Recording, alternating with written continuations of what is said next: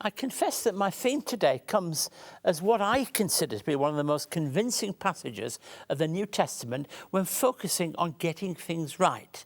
So let me read from Luke 17, 11 through to 19. Now, on his way to Jerusalem, Jesus travelled along the border between Samaria and Galilee.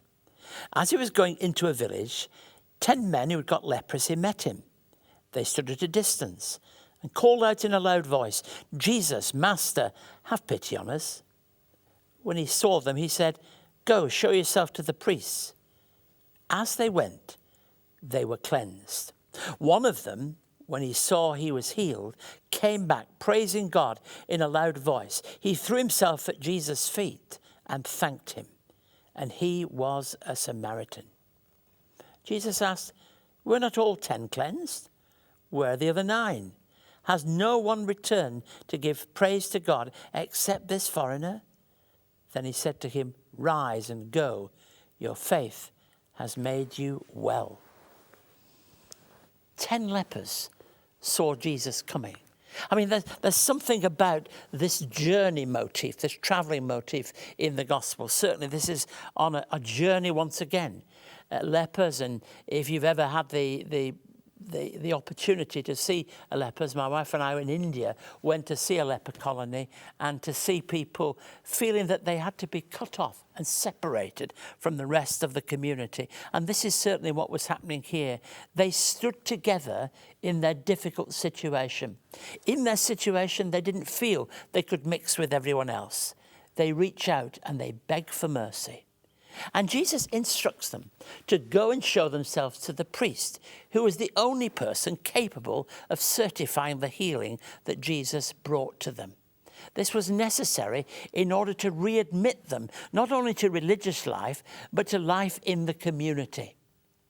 Jesus told the lepers to go to the priest to show and tell what God had done.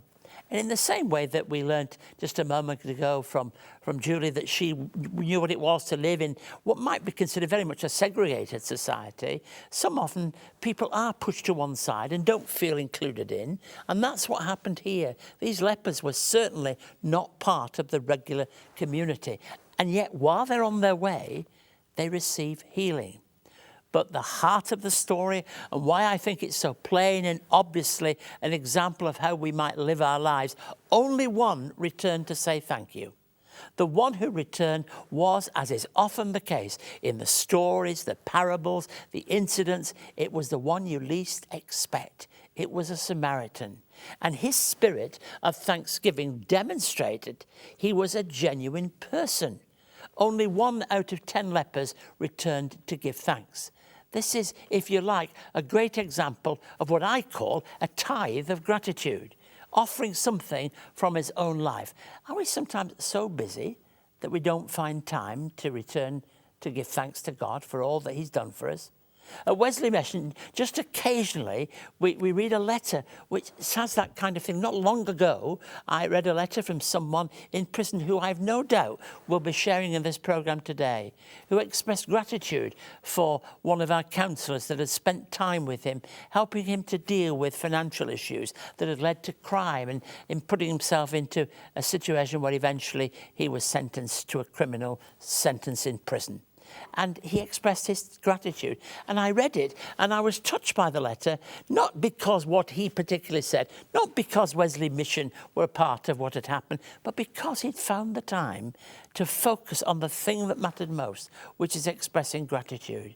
Gratitude opens the way to blessing. Gratitude opens the way to God's grace, undeserved, unmerited, at work in our lives. And when we see it, whether it's in the lives of young people and children who learn on that bigger map, as it were, that this is how you live life. This is one of the secrets of life, that when we express our gratitude, our thanks, we open ourselves up to new possibilities in our lives. And I think this wonderful story of the lepers, or shall we say the one leper and the 9 that didn't come back, has a powerful lesson to teach all of us. Were the 9 so busy, so thrilled, so excited, so grateful that they were so grateful that they couldn't find time for gratitude?